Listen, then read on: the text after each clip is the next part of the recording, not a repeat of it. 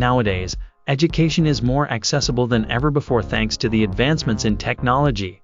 Digital learning materials and conventional learning materials are two distinct approaches to education. While conventional learning materials have been in use for centuries, digital learning materials have emerged as an alternative to conventional learning materials, such as textbooks and workbooks. These materials can be accessed through computers, tablets, or mobile phones, and offer a variety of interactive tools and multimedia features that can enhance the learning experience. Good day everyone. I am Lawrence Manava, and today we are going to talk about digital and conventional learning materials.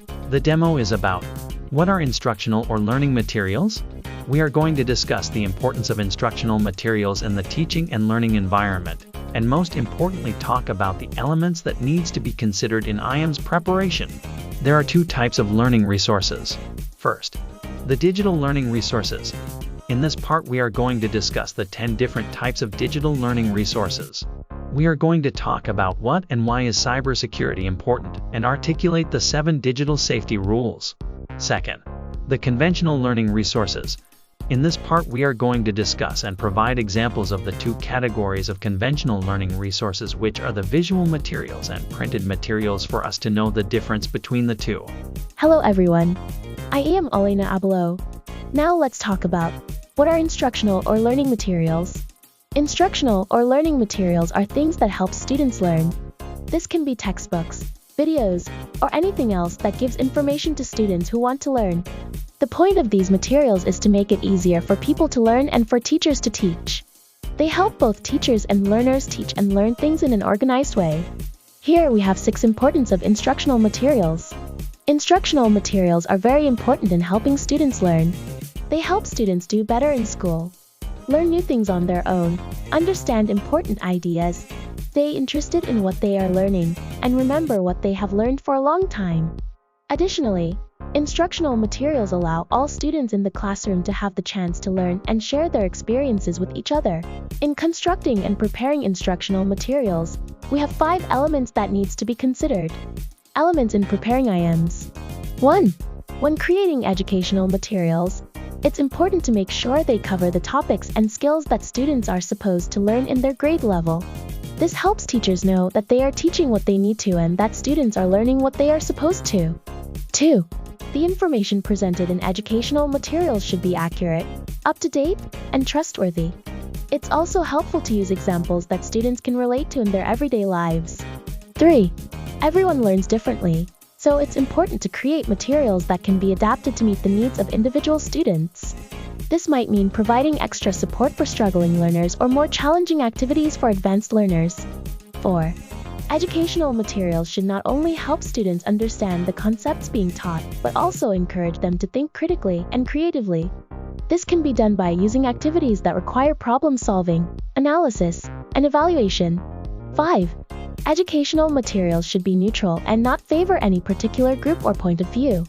They should present information objectively and allow students to form their own opinions based on the facts presented.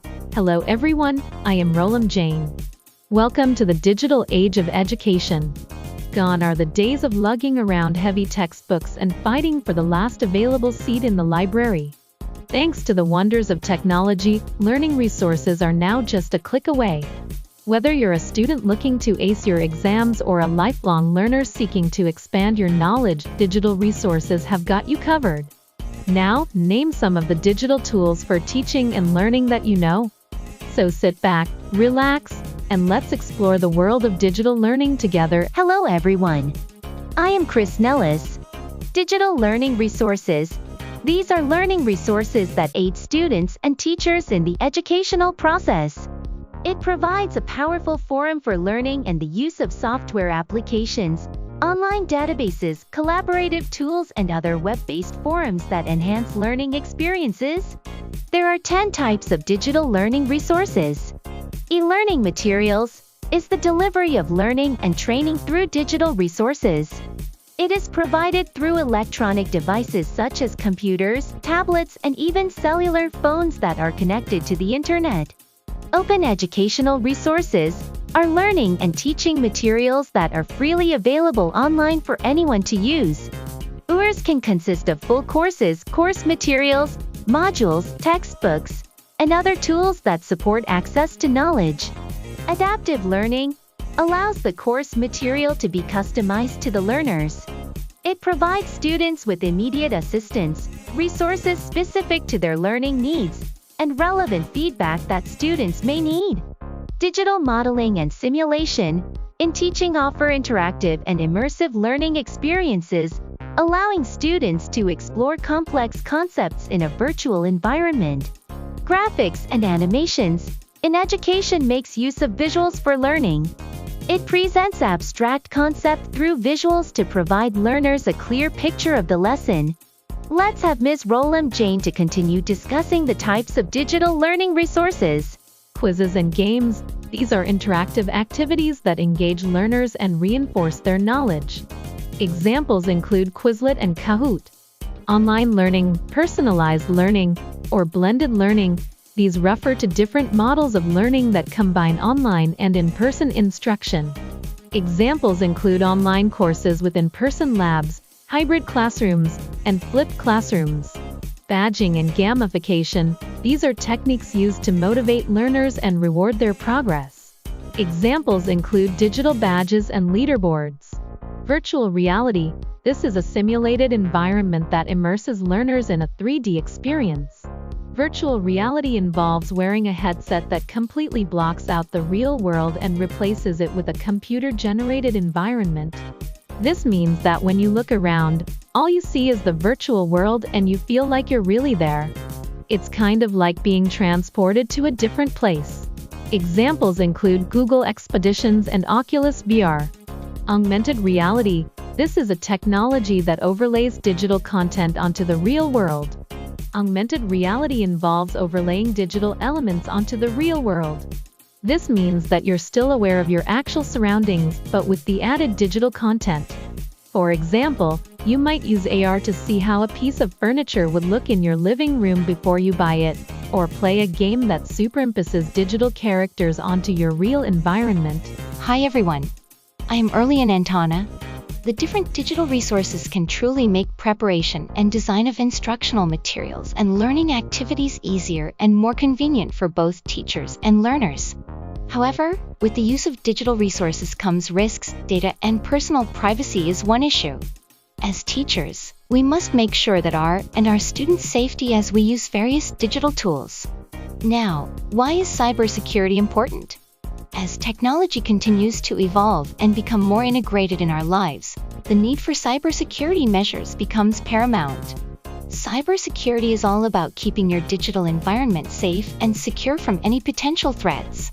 Here are some digital safety rules that we can practice in school and at home. 1. Protect personal information with strong passwords. Create passwords that are not easy for others to guess. It should be a combination of letters, numbers, and symbols. Avoid also using common phrases and words. 2. Keep personal information private. Be cautious about the information you disclose online. It can be used by malicious individuals to impersonate you or gain access to your accounts. You might also receive unnecessary calls and messages from scammers if you're not careful enough when sharing your personal information. 3. Make sure that the devices you and your students are using are secured. Ensure the devices you and your students are using have proper security measures in place. Install antivirus software, and keep your operating system and apps updated to avoid any potential harm. 4. Be careful about connecting to public Wi-Fi. Public Wi-Fi networks are often not secured, in which means someone might be monitoring what you're doing online. When connecting to public Wi-Fi, avoid accessing sensitive information, like your bank accounts, to avoid any possible harm. 5. Research before you register to any website. It is essential to do some research before registering to any website to make sure if it is reputable and legitimate. You should check its reviews and verify the website's privacy policy to ensure its safety and security. 6. Think before typing. Be mindful of what you share online. Think twice before posting or sharing something. Consider the impact it may have on others or even on yourself. Think about the potential consequences of your online actions. 7. Practice critical thinking.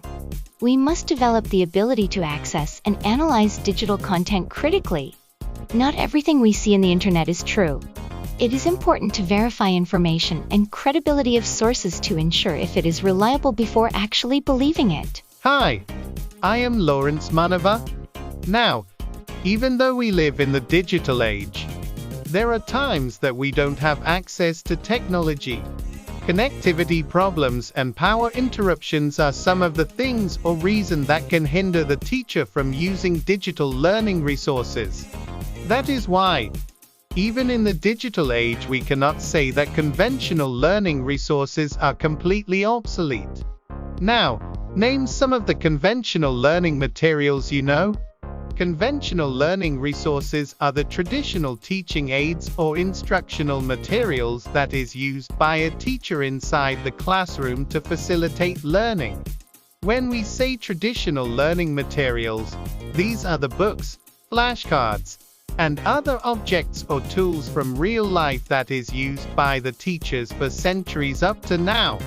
Now, there are two types of conventional learning resources. Hello everyone, I am Sipensen Toko. There are two types of conventional learning resources. 1.